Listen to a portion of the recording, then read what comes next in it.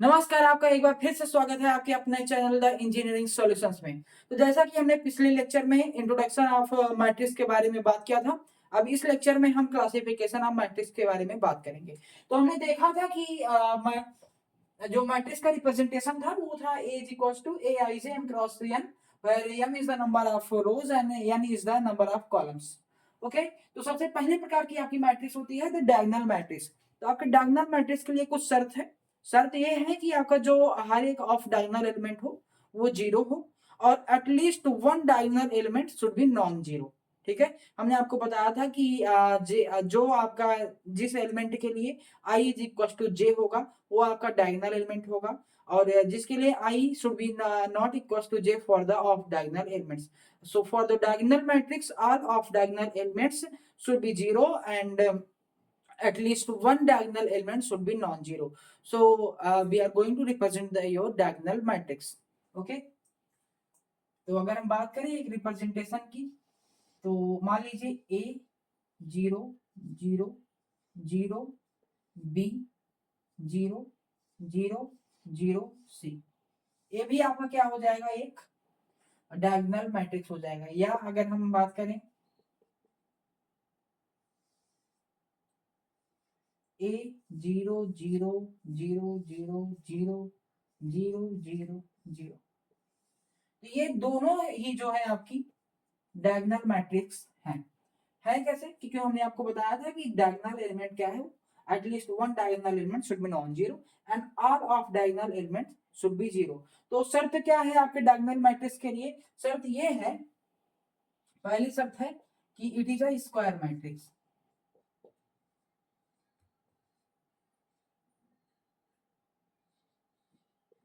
Square matrix. दूसरी शर्त क्या है? ऑल ऑफ डायगोनल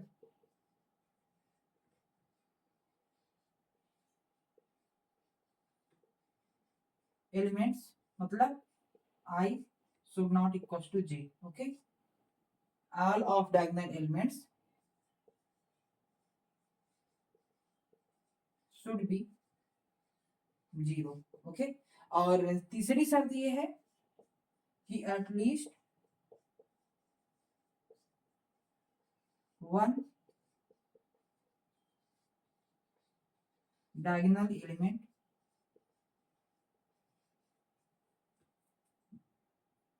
मतलब क्या होगा डायगोनल एलिमेंट का कि I is equal to j should be non zero. तो इस प्रकार से आपका डायगोनल मैट्रिक्स बनता है।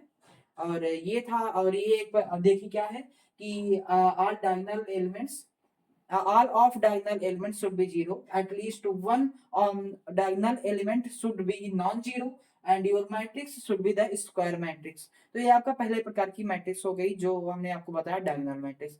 अब देखिए, अब स्क्वायर मैट्रिक्स का ही क्लासिफिकेशन जो मेनली किया जाता है। तो अगर हम आइडेंटिटी मैट्रिक्स की बात करें तो ये क्या हो जाएगा, जो डायगोनल एलिमेंट है सारा का सारा डायगोनल मैट्रिक्स की वैल्यू एक हो जाएगी, और जो ऑफ डायगोनल एलिमेंट्स होंगे वो जीरो हो जाएंगे। तो इस प्रकार से आपकी जो दूसरी मैट्रिक्स है वो है आपकी आइडेंटिटी मैट्रिक्स। ठीक है, तो आप लोग इसको नोट कर लिए होंगे।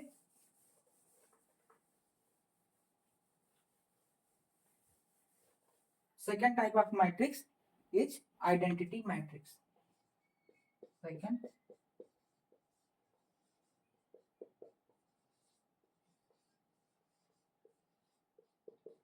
Identity matrix. ओके, तो ये सेम क्लासिफिकेशन डायगोनल मैट्रिक्स के ही जैसा है, बस अंतर ये है कि आपका जो डायगोनल मैट्रिक्स में था उसमें डायगोनल की वैल्यू कुछ भी हो सकती थी, और ये भी नहीं जरूरी था कि वो उसकी सारी वैल्यूज एक के समान हो। और ये आइडेंटिटी मैट्रिक्स में क्या है कि आपके सारे ऑफ डायगोनल एलिमेंट्स जीरो होंगे, और आपको जो डायगोनल एलिमेंट की वैल्यू होगी वो एक होगी।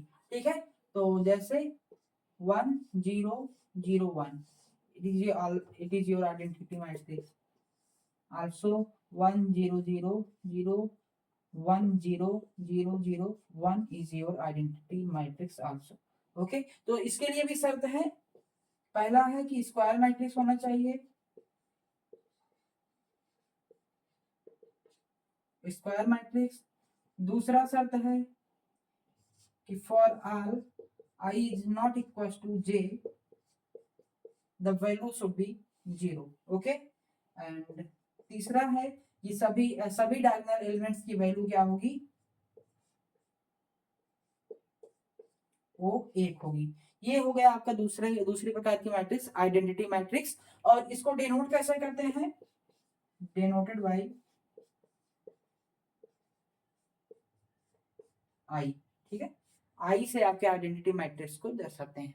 अब तीसरे प्रकार की मैट्रिक्स की बात करें, वो है आपका स्केलर मैट्रिक्स। ठीक है, तो स्केलर मैट्रिक्स में क्या होता है कि ये जो सारे के सारे डायगोनल एलिमेंट्स हैं, इसकी वैल्यू वैल्यू नॉन जीरो होनी चाहिए। और उसके बाद इस पे कुछ भी हम स्केलर 1 2 3 4 मतलब कोई भी जो गिनती है 1 से 99 तक या 100 तक, उसको हम दे सकते हैं। ठीक है, और ये भी नहीं जरूरी है कि ये आपके सारे डायगोनल एलिमेंट की जो वैल्यू हो वो समान सेम हो। तो अगर मान लीजिए ये जैसे के आई के फॉर्म में इसको लिखते हैं, फिर आपको बढ़िया से समझा देता हूँ, तब तक आप लोग इसको लिख सकते हैं। ठीक,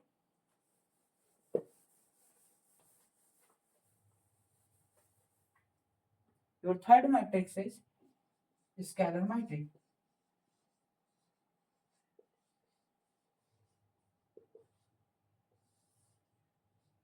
ठीक है, ये इसको रिप्रेजेंट करते हैं जैसे a is equal to k into I. A is equal to k into I. अब होगा क्या कि देखिए, मान लीजिए ये आपका आई है। ठीक है, इसका आइडेंटिटी मैट्रिक्स 1 0 0 1। ठीक है, के कोई भी नंबर ले सकते हैं, मान लीजिए हमने ले लिया 5। ये क्या हो गया 5 0 0 5। अर्थात क्या हो कि हम किसी भी स्केलर से अगर आइडेंटिटी मैट्रिक्स में मल्टीप्लाई करते हैं तो हमें स्केलर मैट्रिक्स प्राप्त होती है। तो क्या होगा कि इसके से जो सारे के सारे जो डायगोनल एलिमेंट्स हैं सेम होंगे।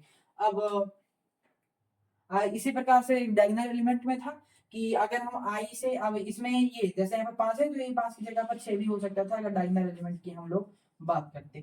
तो ये आपके यहाँ और स्क्वायर मैट्रिक्स ही होता है, ये scalar matrix is also your square matrix.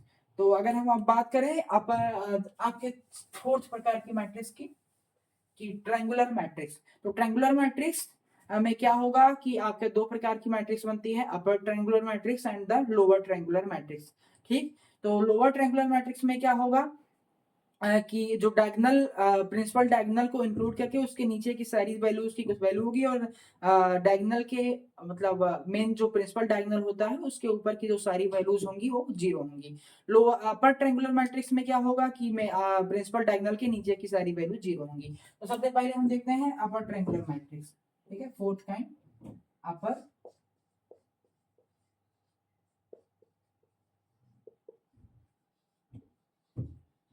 Triangular matrix UTM। इसके लिए शर्त क्या है, for all I, J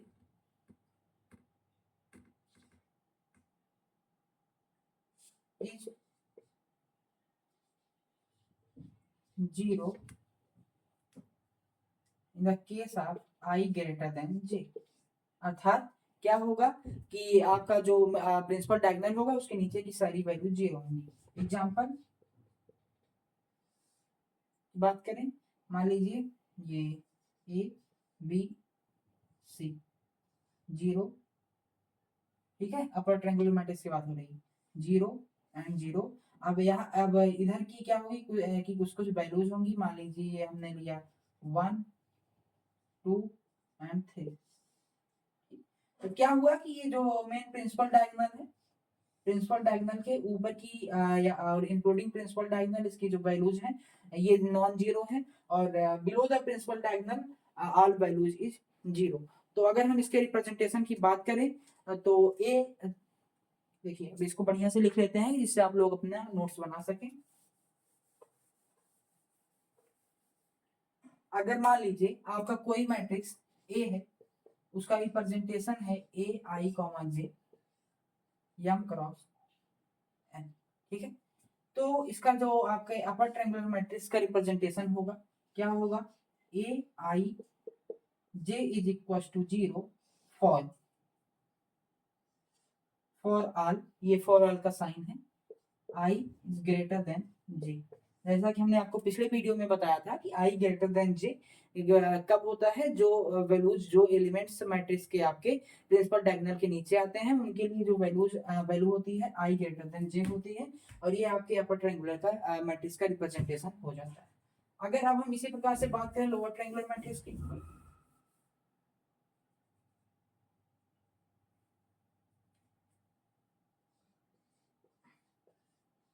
lower triangular matrix की बात करें तो लोअर ट्रायंगुलर मैट्रिक्स के लिए क्या होती है सर, कि अगर आपका कोई मैट्रिक्स ए है, ए आई जे के फॉर्म में रिप्रेजेंट किए हैं, एम क्रॉस ऑन इसके number of rows and number of columns हैं, तो क्या होगा, ए आई जे मतलब element is 0 for all I is less than J, अर्थात प्रिंसिपल डायगोनल के ऊपर की जो वैल्यूज होंगी वो 0 होंगी, और इंक्लूडिंग द प्रिंसिपल डायगोनल उसके जो नीचे की सारी वैल्यूज होंगी वो नॉन जीरो होंगी। एग्जांपल इसका देख लेते हैं।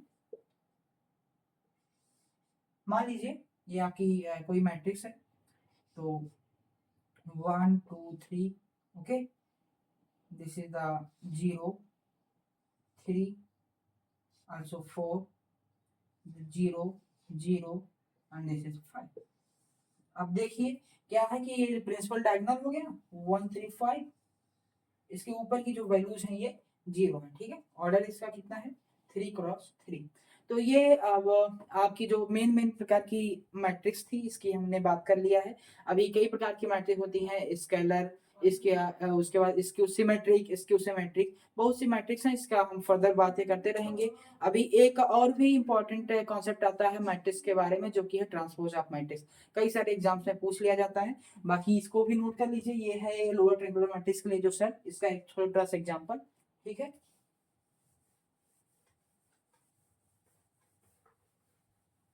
देखिए एक है कॉन्सेप्ट आता है आपका ट्रांसपोज ऑफ मैट्रिक्स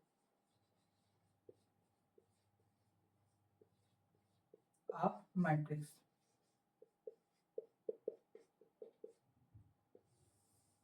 ठीक है, मान लीजिए इसको एग्जांपल से समझेंगे फिर बताएंगे होता क्या है। आपका कोई मैट्रिक्स है ए बराबर 1 2 3 4 5 6 7 8 9। ठीक है, तो आपका ये कोई एक मैट्रिक्स है। अब करेंगे क्या कि अगर हम इसके 3 क्रॉस 3 इसके रो को कॉलम बना दें और इसके कॉलम को रो बना दें, कि मतलब जितने भी रो हैं उसको कॉलम, उसको उसके एलिमेंट्स को कॉलम में लिख दें। जैसे अगर फर्स्ट रो है तो फर्स्ट रो के एलिमेंट को फर्स्ट कॉलम में लिख दें, या फर्स्ट कॉलम है तो फर्स्ट कॉलम के एलिमेंट को फर्स्ट रो में लिख दें, अर्थात कि रो को और कॉलम को आपस में इंटरचेंज कर दें, तो हमें आपका ट्रांसपोज ऑफ मैट्रिक्स मिल जाता है। इसको डिनोट कैसे करते हैं, ए की पावर टी, मतलब इसके जो भी मैट्रिक्स का डिनोशन रहेगा उसके ऊपर हम टी लगा देंगे, मतलब ट्रांसपोज। तो बनेगा क्या, ए का ट्रांसपोज, ये आपकी फर्स्ट रो है, फर्स्ट रो को बनाओ फर्स्ट कॉलम, ये हो गया 1 4 7। ठीक, अब क्या करो, सेकेंड रो को बना दो सेकेंड कॉलम 2 5 8। फिर क्या करो कि थर्ड रो को बना दो थर्ड कॉलम 3 6 एंड 9। ये आपका क्या हो गया, ट्रांसपोज ऑफ मैट्रिक्स। अर्थात करेंगे क्या, लिख देता हूं मैं, row and column are interchange for the transpose of matrix. ठीक है, तो अगर हमें किसी मैट्रिक्स का ट्रांसपोज निकालने के लिए बोल दिया, क्या करेंगे, सिंपल सा कॉन्सेप्ट है कि हम उसके रो को कॉलम में बदल देंगे और कॉलम को बदल देंगे उसके रो में। आप लोग इसको नोट करिए।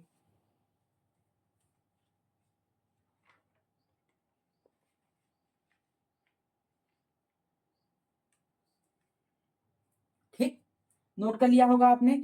अब ट्रांसपोज ऑफ मैट्रिक्स के बेस पे हम और भी क्लासिफिकेशन करते हैं मैट्रिक्स का, जो कि है सिमेट्रिक एंड स्क्यू सिमेट्रिक। ठीक है, वो ट्रांसपोज के बेस पे ही होता है, इसीलिए हमने आपको क्लासिफिकेशन के बीच में ट्रांसपोज ऑफ मैट्रिक्स का कॉन्सेप्ट बताया था। अब हम फर्दर सिमेट्रिक और स्क्यू सिमेट्रिक मैट्रिक्स का जो कॉन्सेप्ट है अगले वीडियो में डिस्कस करेंगे। तब तक के लिए पढ़ते रहे, थैंक यू।